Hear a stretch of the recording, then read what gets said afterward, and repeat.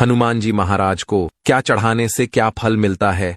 जैसे आपको नौकरी चाहिए तो नौकरी के लिए आपको क्या चढ़ाना चाहिए, कारोबार में उन्नति चाहिए तो क्या चढ़ाना चाहिए, धन लाभ आभूषण चाहिए तो क्या चढ़ाना चाहिए, कोर्ट कचहरी का मामला तो क्या चढ़ाना चाहिए। अब की अगर धंधा पानी अच्छे से नहीं चल रहा है, बिक्री नहीं बढ़ रहे हैं, तो इसके लिए क्या चढ़ाना चाहिए, ये सारे जानकारी मैं आप लोगों को बताऊंगा। और मैं जो जानकारी बता रहा हूं इसीलिए बता रहा हूं ताकि आप लोगों का भला हो कि हनुमान जी महाराज को कौन सी खाद्य सामग्री चढ़ाने से क्या फल मिलता है। इसके बाद मैं आप लोगों को पूजा की सामग्री बताऊंगा, 20 सामग्री बताऊंगा। हालांकि वीडियो लंबी बनने वाली है, लेकिन ये वीडियो आपकी जिंदगी को बदल करके रख देगा। और भैया जिनको नहीं लाभ लेना है, जिनको नहीं देखना है वीडियो को, यही स्कीप करके छोड़ करके जा सकते हैं। अधूरे ज्ञान हमेशा खतरनाक साबित होते हैं। बाद में चल करके आप ज्योतिषों के चक्कर लगाएंगे, डॉक्टरों के चक्कर लगाएंगे, वकीलों के चक्कर लगाएंगे, या कोई रोग आएगा, उस समय आपको फिर बहुत बड़ा पछतावा होगा। फिर बोलेंगे कि हमने उस वीडियो को क्यों नहीं देखे।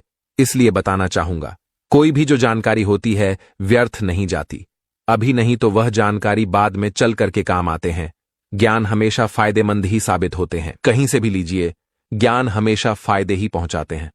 तो आइए मैं आप लोगों को बताऊंगा कौन सी सामग्री चढ़ाने से क्या फल मिलता है। सर्वप्रथम जानते हैं, पान से शुरू करना चाहूंगा।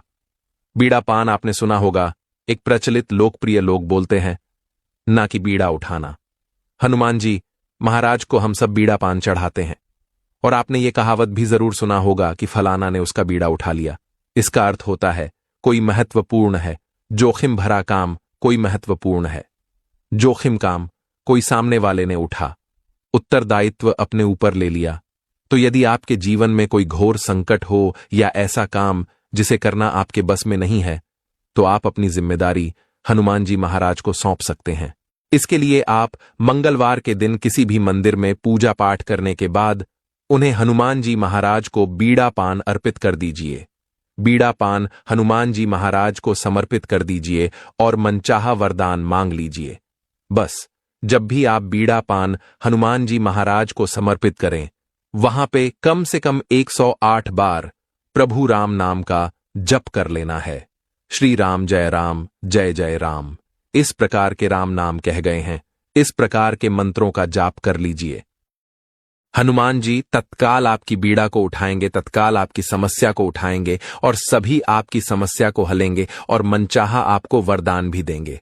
दोस्तों, मैं कोई जानकारी बता रहा हूं, हवाएं नहीं बता रहा हूं, क्योंकि हम लंबे समय से हनुमान जी महाराज के पूजन के पाठ की और आज भी हमारी सारी जिंदगी हनुमान जी महाराज माता दुर्गा के सेवा में समर्पित हैं। दूसरी सामग्री, लौंग, इलायची और सुपाड़ी। हनुमान जी महाराज को लौंग, इलायची और सुपाड़ी भी पसंद है। पसंद नहीं, बहुत ही पसंद है। अगर कोई साधक मंगलवार के दिन या फिर शनिवार के दिन इलायची अगर हनुमान जी महाराज को चढ़ाते, शनिवार के दिन चढ़ाते, तो शनि कष्ट दूर होते हैं। मंगलवार के दिन चढ़ाते हैं तो मंगल दोष दूर होते हैं। जैसे जिनको विवाह में विलंब हो रही है, ऐसे व्यक्ति चढ़ाइए तो मंगल दोष दूर होते हैं।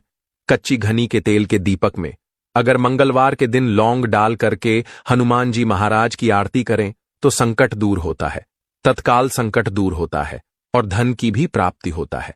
ध्यान दीजिए, आप में से बहुत सारे लोग बोलते हैं कि गुरुजी हमें धन चाहिए, कोई उपाय बता दीजिए। कर्जे के भार में घिरे होते हैं, तो ये उपाय जरूर कीजिए। इसके बाद नारियल के बारे में जानते हैं कि हनुमान जी महाराज को नारियल चढ़ाने से क्या फायदा मिलता है और किस प्रकार से नारियल चढ़ाएं। तो गरीबी से मुक्ति पाने के लिए एक नारियल पर सिंदूर लगाएं और मोल यानी कि लाल धागा बांधे और इसके बाद यह नारियल हनुमान जी महाराज को चढ़ाएं। और कैसे चढ़ाना कि प्रभु आप हमारे गरीबी को मिटाएं, इस प्रकार से प्रार्थना करते हुए चढ़ाना है। और कम से कम आपको 11 मंगलवार को ये उपाय करने तो आपके गरीबी जड़ से समाप्त हो जाएंगे। विश्वास नहीं तो करके देख लेना, तत्काल लाभ नहीं मिलेंगे, धीरे धीरे मिलेंगे, लेकिन जड़ से आपकी गरीबी मिटेंगे। दोस्तों, यदि इस नारियल को लाल कपड़े में राई के साथ करके घर के दरवाजे पर आप बांध देते हैं तो घर में किसी भी प्रकार के अला बला नहीं आती, जादू मंत्र या तंत्र का असर नहीं होता, किसी की नजर नहीं लगती। तो आप अपने घर की सुरक्षा बढ़ाने के लिए उपाय कर सकते हैं। गुड़, चने का प्रसाद। हनुमान जी महाराज को गुड़ और चने का प्रसाद तो अक्सर आपने बहुत से लोगों को चढ़ाते हुए जरूर देखा होगा, लेकिन ये क्यों चढ़ाते हैं? तो दोस्तों, इससे मंगल दोष मिटता है।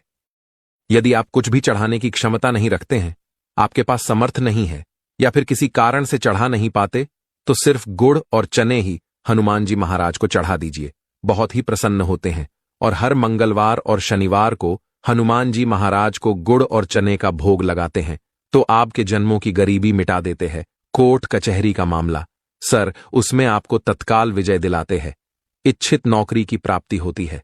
दोस्तों, आजकल बहुत से लोग गुड़ की जगह चिरौंजी भी चढ़ाते हैं, लेकिन गुड़ और चने चढ़ाते हैं तो ये ज्यादा आपको फल मिलता है। ध्यान दीजिएगा।